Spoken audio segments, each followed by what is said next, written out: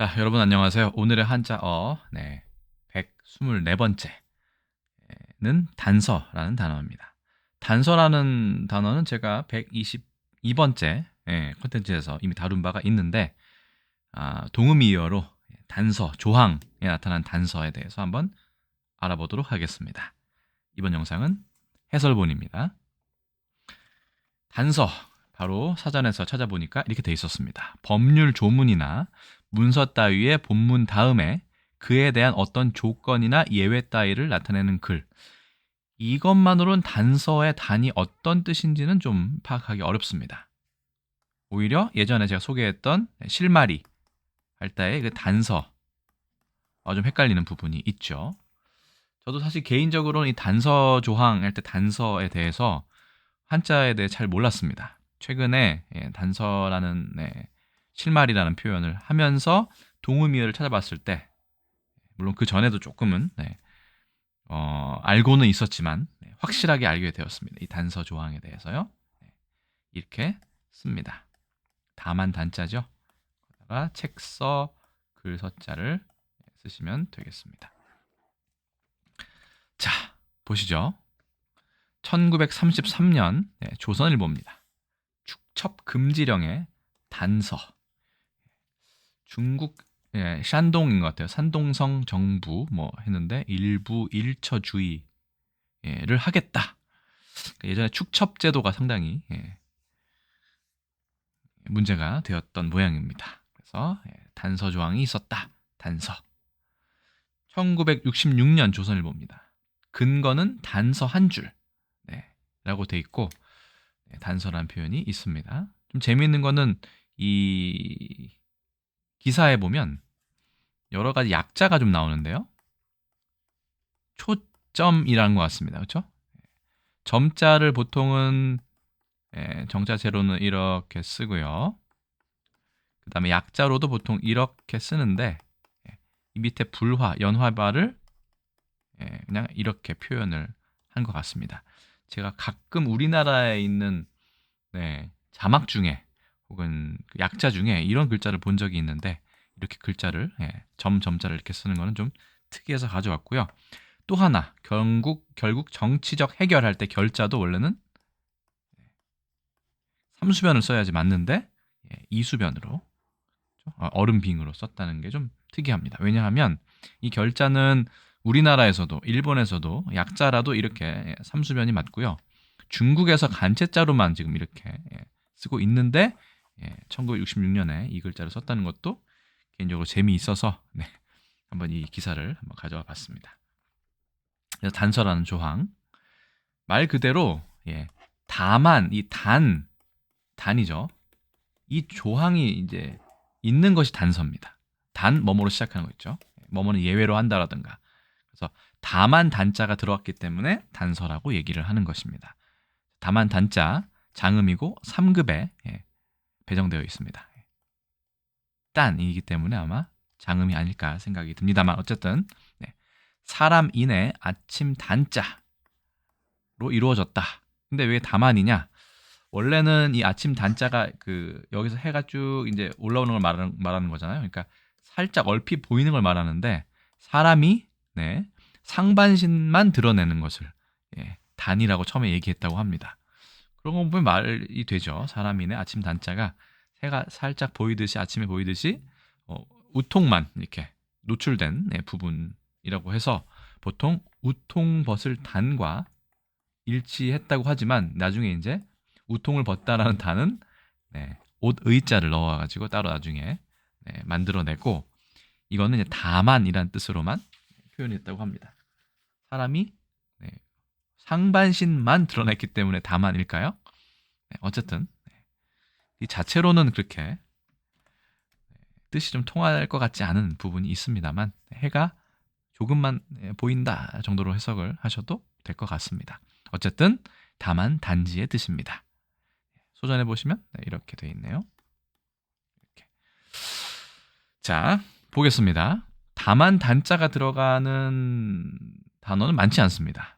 우리나라에서는 단지, 다른 것이 아니라 오로지 앞의 말을 받아 예외적인 사항이나 조건을 덧붙일 때 그 말머리에 쓰는 말 단지. 단지라는 표현이 그냥 한자였네요. 그렇죠? 비단. 이 표현도 제가 처음에 이 단어를 배웠을 때 학교에서 비단이라는 표현이 상당히 헷갈렸습니다. 우리가 보통 말하는 실크 비단하고 너무 발음이 똑같았기 때문에 그것을 먼저 떠올리는 것이 아마 대부분의 학생의 느낌일 겁니다만 부정하는 말 앞에서 다만 오직의 뜻으로 쓰이는 말 뭐 비단 이뿐만이 아니다. 그래서 다만 이런 뜻으로 씁니다.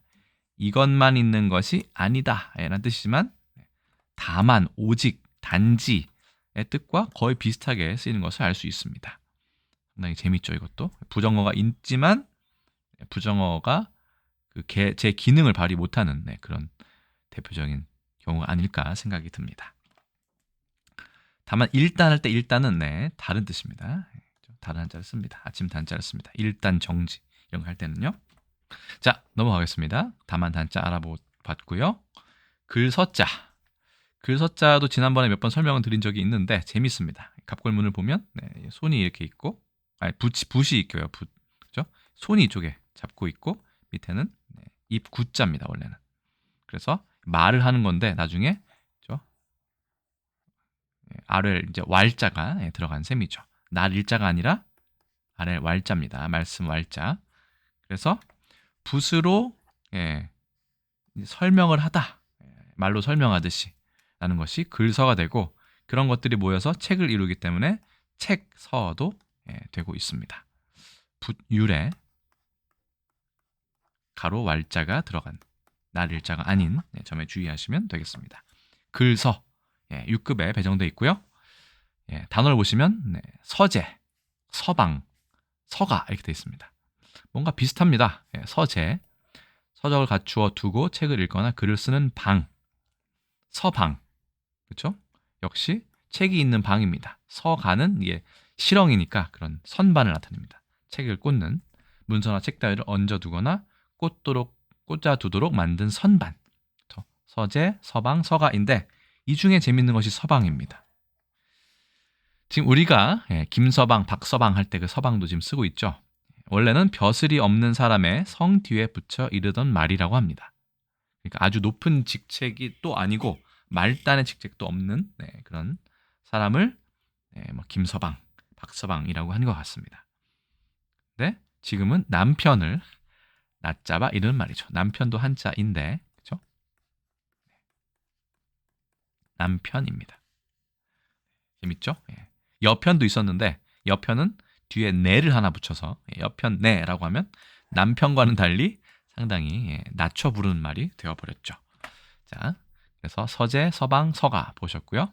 서한 이럴 때는 책보다는 편지의 뜻도 있습니다. 편지나 글이나 책이나 비슷하지 않겠습니까? 안부, 소식, 용무 따위를 적어보내는 글. 그래서 이 한자는 편지 한자입니다. 한림 이런 거 할 때도 많이 쓰죠. 자, 그 다음에 서면, 글씨를 쓴 지면, 일정한 내용을 적은 문서, 서면으로 보고하다. 그리고 중국에서는 서면이라고 하면 서면어 해서 문어체를 일컫기도 합니다. 서기, 단체나 회의에서 문서 기록 따위를 맡아보는 사람이지만 예를 들어 총석이다 이렇게 하면 이쪽 그 사회주의 국가에서는 특히 거의 최고 지도자의 위치를 뜻하기도 하죠. 중국에서도 당서기라고 하면 당에서는 상당히 높은 고위 직급을 말합니다.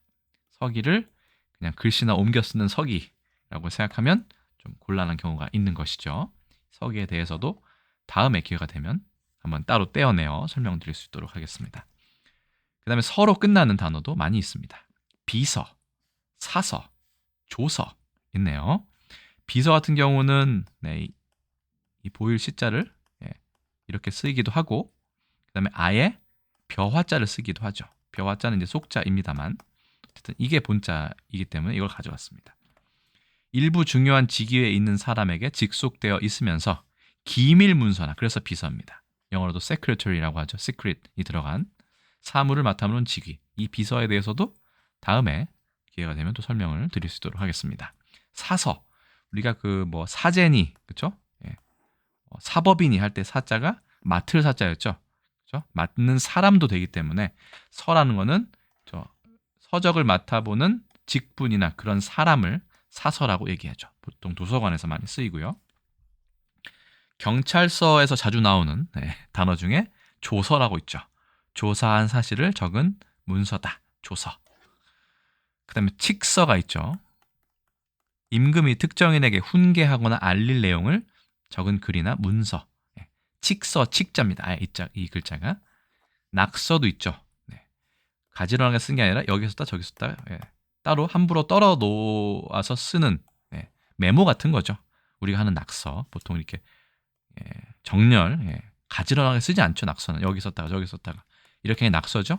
따로 떨어져 있기 때문에 낙서라고 얘기합니다. 일본에서 똑같이 쓰고요. 총서, 일정한 형식과 체제로 계속해서 출판되어 한 지를 이루는 책들, 총서라고 얘기하고요.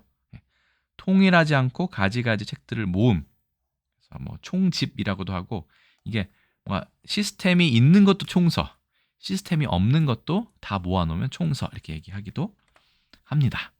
그래서 책서가 들어간, 글서가 들어간 단어를 이렇게 살펴보았습니다. 자, 단서. 사실 어떻게 보면 한중일 삼국이 같은 한자를 쓰는 건 맞습니다만 재미있는 것은 우리나라와 중국에서만 이 글자를 음으로 읽고요. 단수, 단서 이렇게 얘기하고요. 책 서자의 간체자입니다. 일본에서는 오히려 이거를 훈독으로 읽습니다. 타다시 가기 이렇게 해서. 아까 얘기한 낙서도 마찬가지인데요. 낙서도 우리는 낙서, 중국은 안 씁니다. 이런 말을. 낙서라는. 로슈 이런 말은 들어본 적이 없고요.